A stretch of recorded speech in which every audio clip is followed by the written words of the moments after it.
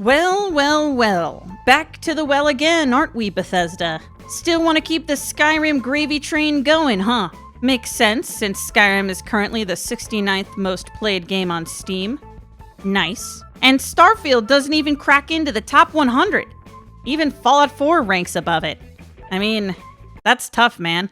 So naturally, of course, Bethesda has launched yet again a whole new paid mod service, a brand spanking new method of adding microtransactions into a single-player game over a decade old that has been re-released 3 times at this point. How many times do we have to teach you this lesson, old man?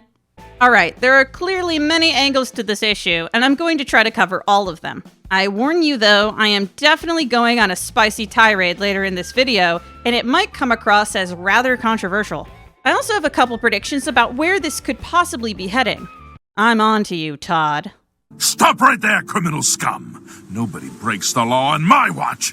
If this is the first time you're hearing about Skyrim Creations, allow me to very quickly recap what it is and why people are both so angry and so happy about this. First, we have to go back to 2015. Steam made the first attempt to implement paid mods that year, resulting in an absolutely massive internet backlash. Due to the pushback, they ended up retracting the program almost immediately. Then, in August 2017, Bethesda launched the infamous Creation Club, a service that was placed right into Skyrim's game menu. It even has a cool bug where if you accidentally clicked on it and didn't want to sign up, it totally froze your game and you had to restart it completely. I'm honestly not sure if this was ever fixed. Years ago, I made a rant video complaining about how each update to the Creation Club would subsequently break SKSE, an extension necessary for most of the game's best mods. This meant that the mod creators were forced to take the time to have to update things like SKSE, and some mods relying on it every time the game updated. And until they did so, people who had their game auto-update would have their entire mod list completely break. My general point in that video is that it was incredibly frustrating for Bethesda to be breaking people's games that rely on carefully curated mod lists, and that it is pretty inconsiderate to the mod makers, who by the way drive more and more sales to Bethesda itself, making them have to update everything whenever Bethesda felt like shoveling new microtransactions into a decade-old game. And I even hate the bug fixes. Look, as a Skyrim fan, I accept that Skyrim is broken. It just is. I don't need you to keep taking away the rough edges if it breaks my mod lists. Also, as a YouTuber, the rough edges are content, baby. Oh my god, why is my game? Why is it like this? I can't wait to see who succeeds, Mirabelle. I've no doubt she'll be promoted. So now, at the end of 2023, Bethesda has launched Skyrim Creations. This time, instead of the Creation Club system of paying mod authors an upfront commission, Skyrim Creations is based on royalties, meaning that the amount of sales impacts how much a mod author makes. The mod authors themselves also get the opportunity to set their own prices. Additionally, a lot of the limitations Bethesda had about what could be in mods in the Creation Club are now removed, meaning things like voiced followers are now permitted. The primary stipulation Bethesda has for authors are that the content is original, standalone, meaning it doesn't require other mods, and that it doesn't include anything AI generated. This new system has led to a wide range of responses, not only from the community, but by mod authors in particular. For example, mod authors like King Gath, most known for mods like Sim Settlements, have recently created a company and plan to use this service to generate revenue for their business. While mod authors like Simon Magus, most known for mods like Mysticism, have responded by removing their mods completely from Bethesda.net in protest of the implementation of Skyrim Creations. I do have a strong opinion about this situation myself. However, I think it would be fair to say that I don't necessarily have a horse in this race. For one, I'm not a mod author. For two, I'm an enlightened Skyrim player. I am still playing on a much older version of the game. I've had Steam updates disabled for like 5 years, and I have literally never played the Anniversary Edition before, and it is possible I never will. But I don't have anything on the people who are still playing the Legendary Edition, literally living in a pre-Creation Club world.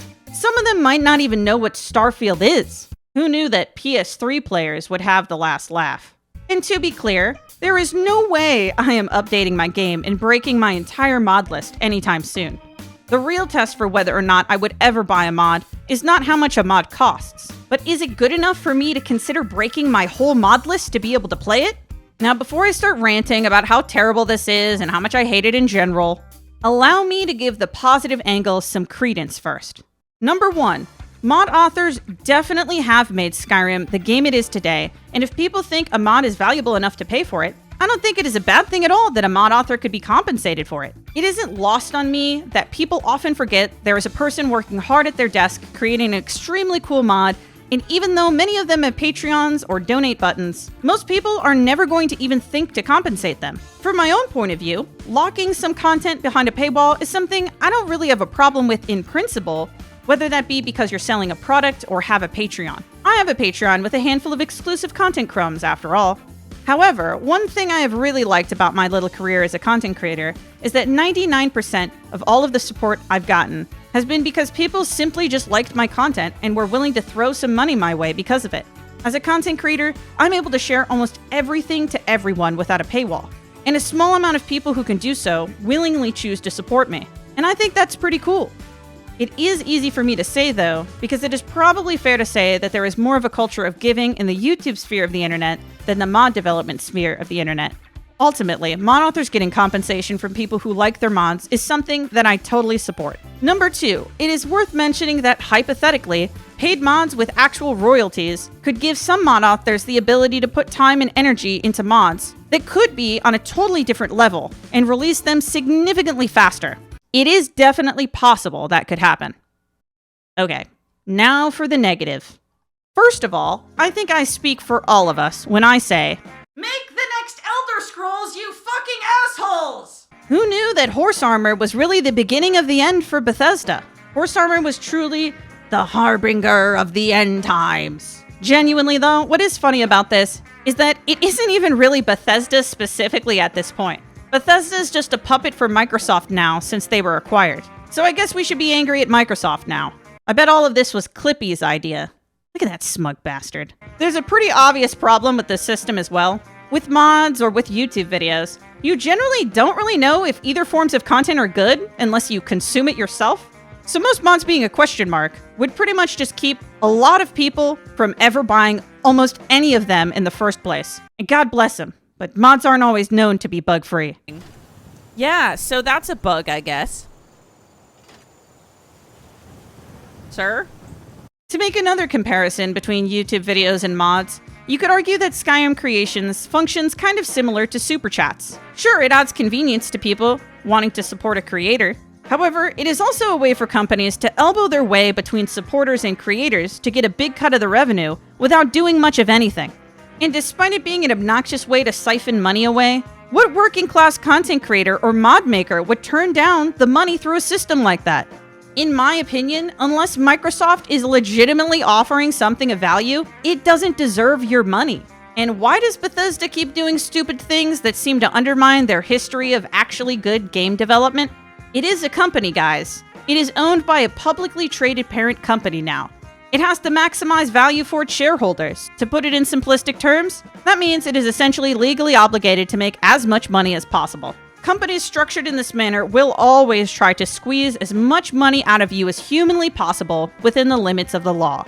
I don't oppose industry.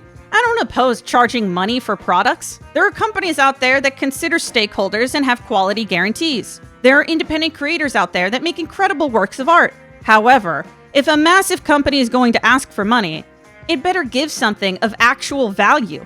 All of this extra money is essentially going to Microsoft. You know, the little company that is literally the second largest company in the world. Yes, I repeat, the second largest company in the entire world. You should not feel guilty for not wanting to give your hard-earned money away in this situation. That said, I do have compassion for modders that are working hard to survive in the world. Creative people that would appreciate money being thrown their way. That compassion, on the other hand, does not extend to a ginormous corporation. So in other words, Microsoft is going to have to get on its knees and beg me to give it money before I even think about it. The thing is, there already are methods to compensate mod creators, things like Patreon and donate links on the Nexus. You should know that a far greater percentage of your money is actually going to the mod creators when you use those methods. And you aren't incentivizing Bethesda to keep finding ways to pitch microtransactions to a beaten-down fanbase. Almost every single detail you love about Skyrim was created by some working-class developer anyway, not the biggest stockholders in Microsoft, so why reward them for absolutely no reason? Kind of sad that Skyrim has gone from one of the best value games out there, a game that was undeniably worth its asking price, and it became an even bigger bargain when you factor in all of the time many of us spent playing with mods. And now it is just another game that is riddled with microtransactions. Maybe Bethesda's next innovation will be to outsource all of the labor for the next Elder Scrolls as a way to avoid having actual employees it has to pay health insurance to.